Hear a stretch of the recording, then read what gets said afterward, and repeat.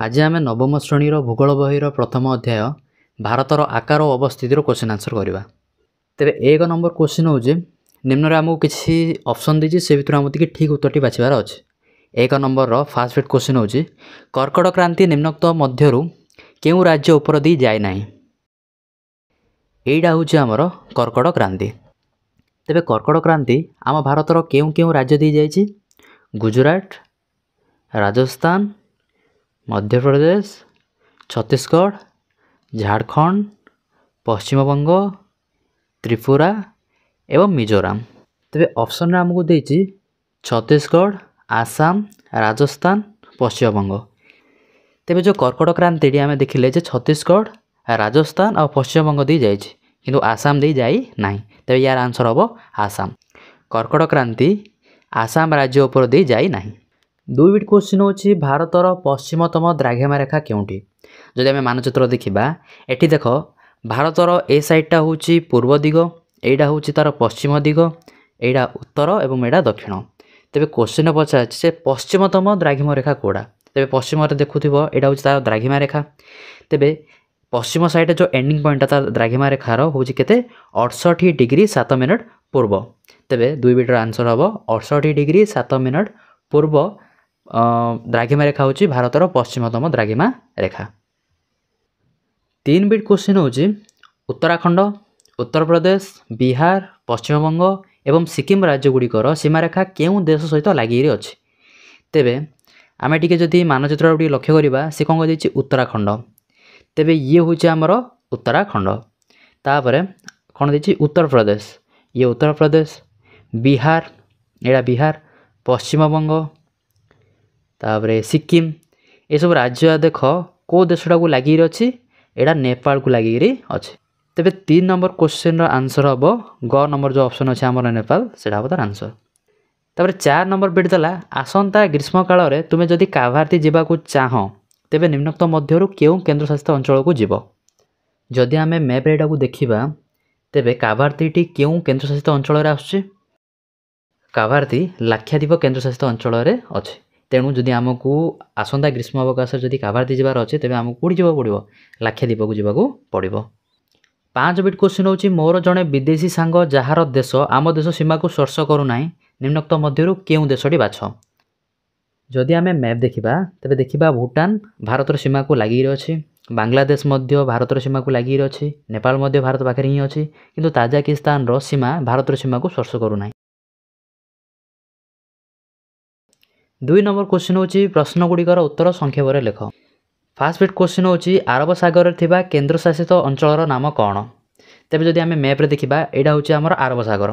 तेबे अरब सागर केंद्रशासित अंचल कोडा? अरब सागर अछि हमर लाक्षाद्वीप। तेबे अरब सागर रे थिबा केंद्रशासित अंचलर नाम होछि लाक्षाद्वीप। भारतर दक्षिण पूर्व दिगरे केउं द्वीपपुंज अवस्थित? भारतर दक्षिण पूर्व दिग एडा होछि देखो एडा होछि भारतर को दिग? दक्षिण दिग। एडा होछि तार पूर्व दिग। तेबे दक्षिण पूर्व बेले ए दिडजार मिड पॉइंट ए जो मझी स्थानडा।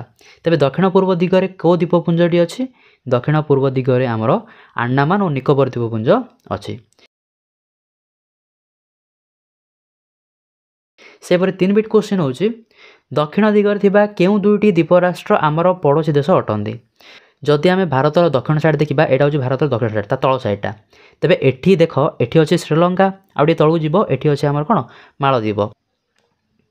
तेबे दक्षिण दिगरे थिबा श्रीलंका और मालदीप नामक दुईटी द्वीपराष्ट्र होछि हमर पड़ोसी देश।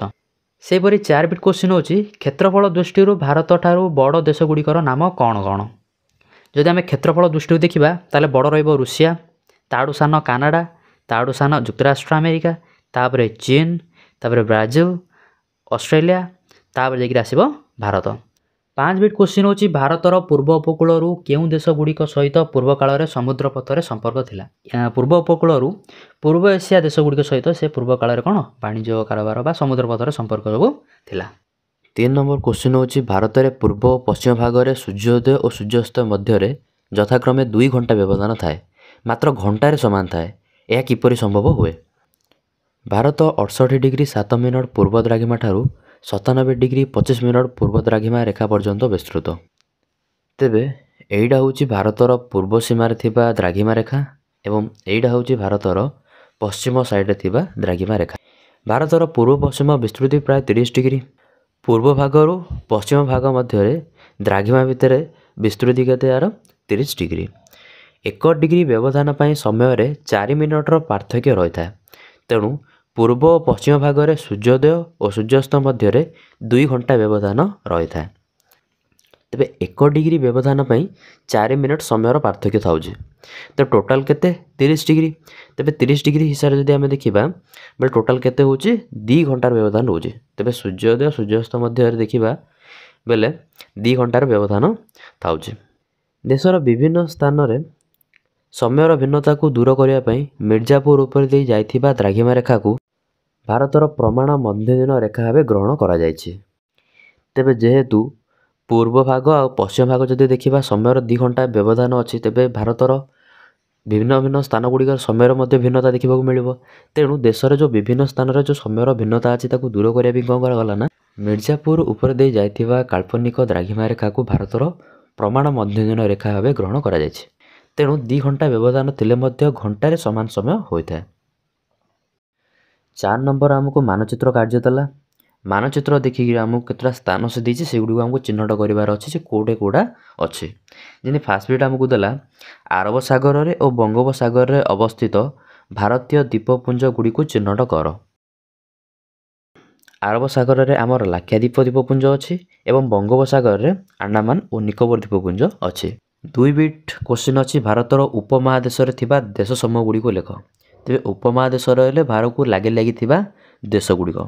ତେବେ ଭାରତକୁ ଲାଗି କେଉଁ ଦେଶ ଯାହା ଅଛି ପାକିସ୍ତାନ ଅଛି, ଚୀନ ଅଛି, ନେପାଳ ଅଛି, ଭୁଟାନ, ବାଂଲାଦେଶ, ଶ୍ରୀଲଙ୍କା ଏଗୁଡ଼ିକ ଲେଖିବା। 3 ବିଟ୍ କ୍ୱେଶ୍ଚିନ୍ ଅଛି ଯେଉଁ ରାଜ୍ୟ ଗୁଡ଼ିକ ମଧ୍ୟ ଦେଇ କର୍କଟ କ୍ରାନ୍ତି ଯାଇଅଛି ସେଗୁଡ଼ିକୁ ଚିହ୍ନଟ କରିବା। କର୍କଟ କ୍ରାନ୍ତି ଗୁଜୁରାଟ, ରାଜସ୍ଥାନ, ମଧ୍ୟପ୍ରଦେଶ, ଛତିଶଗଡ଼, ଝାଡ଼ଖଣ୍ଡ, ପଶ୍ଚିମବଙ୍ଗ, ତ୍ରିପୁରା ଆଉ ମିଜୋରାମ ଦେଇକିରି ଯାଇଛି। 4 ବିଟ୍ କ୍ୱେଶ୍ଚିନ୍ ହେଉଛି ମୂଳ ଭୂଖଣ୍ଡର ଦକ୍ଷିଣତମ ସ୍ଥାନର ଅକ୍ଷାଂଶ କେତେ। ତେବେ ମାନଚିତ୍ରରେ ଦେଖ ଏଇଟା ହେଉଛି ଭାରତର ଦକ୍ଷିଣତମ ସ୍ଥାନଟା। ଏ ଯେଉଁ ସିଧା ବାଡ଼ି ଯାହା ପଡ଼ୁଥାଉଛି ତଳ ଉପରକୁ ସେଟାକୁ ଆମେ ଦ୍ରାଘିମା ରେଖା କହୁଛେ ଏବଂ ଏ ଯେଉଁ ସାଇଡ଼୍ରେ ପଡ଼ୁଥାଉଛି ଏ ବାଡ଼ି ଯାକୁ ଆମେ କହୁଛେ ଅକ୍ଷାଂଶ। ଭାରତର ଦକ୍ଷିଣତମ ସ୍ଥାନର ଅକ୍ଷାଂଶ କେତେ 8 ଡିଗ୍ରୀ 4 ମିନିଟ୍ ଉତ୍ତର ଅକ୍ଷାଂଶ। 5 ବିଟ୍ କ୍ୱେଶ୍ଚିନ୍ ହେଉଛି ଭାରତ ଠାରୁ ଶ୍ରୀଲଙ୍କାକୁ ପୃଥକ କରୁଥିବା ସଂକୀର୍ଣ୍ଣ ଜଳରାଶିକୁ ଚିହ୍ନଟ କର। ତେବେ ଏଇଟା ଭାରତ ଇଏ ହେଉଛି ଶ୍ରୀଲଙ୍କା। ତେବେ ଭାରତରୁ ଶ୍ରୀଲଙ୍କାକୁ ପୃଥକ ଅଲଗା କରୁଥିବା ଏ ଯେଉଁ ସଂକୀର୍ଣ୍ଣ ଜଳରାଶିଟାର ନାଁ ହେଉଛି ପ୍ରକ୍ ପ୍ରଣାଳୀ। 6 ବିଟ୍ କ୍ୱେଶ୍ଚିନ୍ ହେଉଛି କେନ୍ଦ୍ରଶାସିତ ଅଞ୍ଚଳ ସମୂହ। ତେବେ ଫାର୍ଷ୍ଟ ହେଉଛି ଆମର ଆଣ୍ଡାମାନ ଓ ନିକୋବର ଦ୍ୱୀପପୁଞ୍ଜ, ତାପରେ ଚଣ୍ଡିଗଡ଼, ତାପରେ ଦାଦ୍ରା ଓ ନଗର ହାବେଳି, ତାପରେ ଡାମନ ଓ ଡିଉ, ଦିଲ୍ଲୀ, ଲାକ୍ଷାଦ୍ୱୀପ, ପଣ୍ଡିଚେରୀ, ଜାମ୍ମୁ ଓ କାଶ୍ମୀର ଆଉ ଲଦାଖ।